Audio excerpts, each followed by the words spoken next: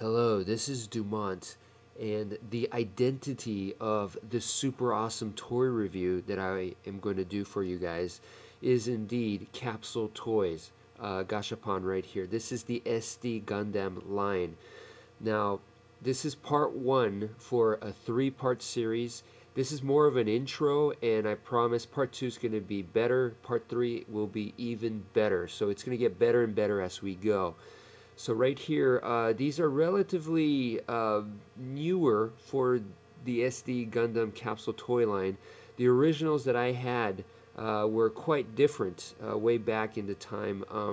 For one thing, I remember there was a hole underneath them so you could stick them like on top of your pen and stuff.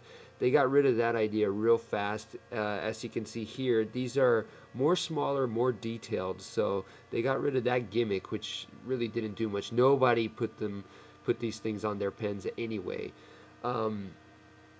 Moving along, another thing that changed was the ones that I had were one solid piece. This one right, the ones that you see here, the head comes apart, the arms come apart, the weapons you can interchange, the backpack comes off.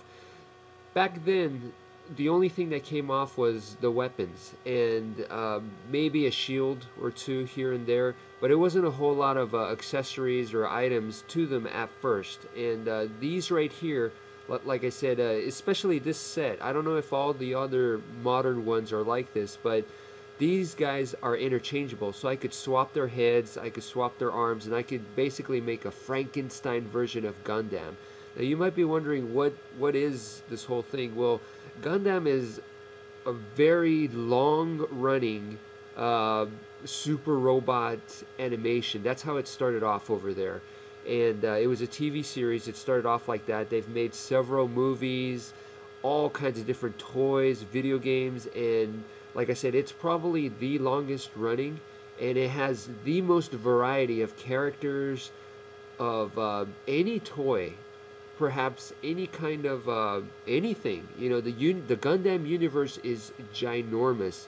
It's so big that, you know, when you do buy their toys and stuff like this, you know, some of these characters I don't know, and that's expected. You know, you don't worry about it. You know, you just enjoy the designs and stuff.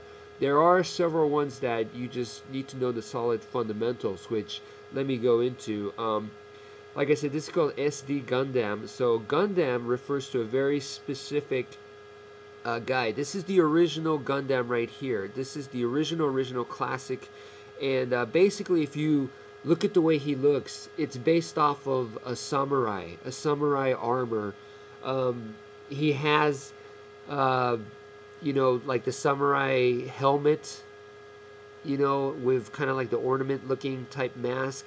So that's where the inspiration comes from. Of course, this is a humongous robot. This is an SD super deformed chibi version, so they're all cute looking, but it didn't start off that way. There was a normal looking Gundam that was, you know, they were very, very accurate as to how big it's going to be, and you know what is the purpose for this thing and how it came about. It wasn't just, let's just have a cool robot kicking butt. No, it's very, very thoughtful in the making. So anyway, the original Gundam, this one right here, his chest portion and his leg portion is supposed to split open, and in the middle, the torso section is basically a folded up jet fighter, and in there, that's the cockpit. So the cockpit is not in the head. The eyes are lights, and this mohawk looking thing up here, this is where the camera is.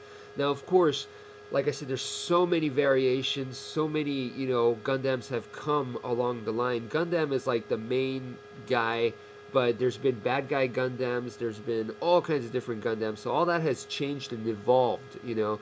It's become more and more high-tech and, you know, whatnot, so please keep that in mind. But Gundam is generally the main character type, generally one of their better made models that they use for war. Now there's some cheaper models, you know, just because the military in the cartoon show, you know, the military is not going to have all super awesome robots. It just makes sense. You know, you're going to have higher budget ones, lower budget ones, you know, and stuff like that. So it's very realistic in a sense.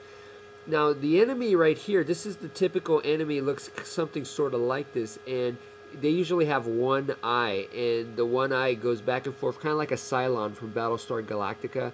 Um, and the way the armor looks is basically based off of a medieval, like a European knight. So the whole premise is kind of like you have a samurai knight versus a European, knight, and it's pretty cool. But like I said, there's plenty of one-eyed European-looking knights that are good guys, and there's usually they're majority in the bad guys, and there, like I said, there's plenty of Gundams that are evil. So that's just the basic premise to show you guys. This one right here is Zeta Gundam. I don't even know what Gundam this is, but the whole idea, I remember when I was a kid and when I first went over to Japan just to visit, before I actually lived over there.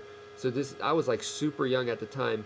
Gundam had already been out, so it was already retro. Yeah, I mean, by the time I went back and lived there, it was considered retro already. So when I was a kid, like I said, a really young kid, the Gundam movie was created, and it was a humongous hit. I remember the movie cover was basically Gundam with his head chopped off, and remember, the cockpit is not in the head, so it could still operate. So the head was missing, maybe one of the legs was missing, and it was holding up a beam saber. This is a beam saber right here, if you guys can see. It's basically a lightsaber, but for a Gundam, a huge robot. So it was pretty much like Star Wars, but instead of people, you had huge robots being piloted by people. So it was very, very awesome. Okay, so here are some that I Frankensteined up. I basically took apart Zeta Gundam, the original Gundam, and this other guy who I don't know his name, but he's obviously like one of those based off of the European Knight guys, and mixed them up all together however I wanted to. Zeta Gundam is interesting because he's actually a transformer. He fully transforms into like a space jet fighter type thing. Like I said, Gundam is not, I don't know if you wouldn't consider that a transformer. Okay, so this right here is a Game Boy Color game.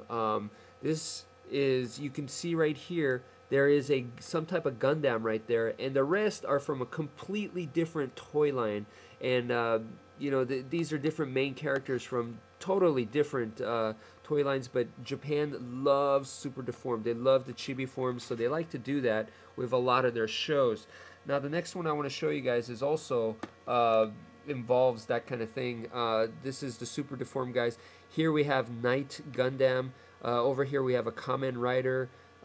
This one is an Ultraman, another Kamen Rider. This one is Black RX, one of my favorites, and one that I grew up with. This is Ultraman Taro, and then this is another Gundam right there. So let me show you guys a little bit of close-up there, if you guys can see that. There you go. And this one right here is another one.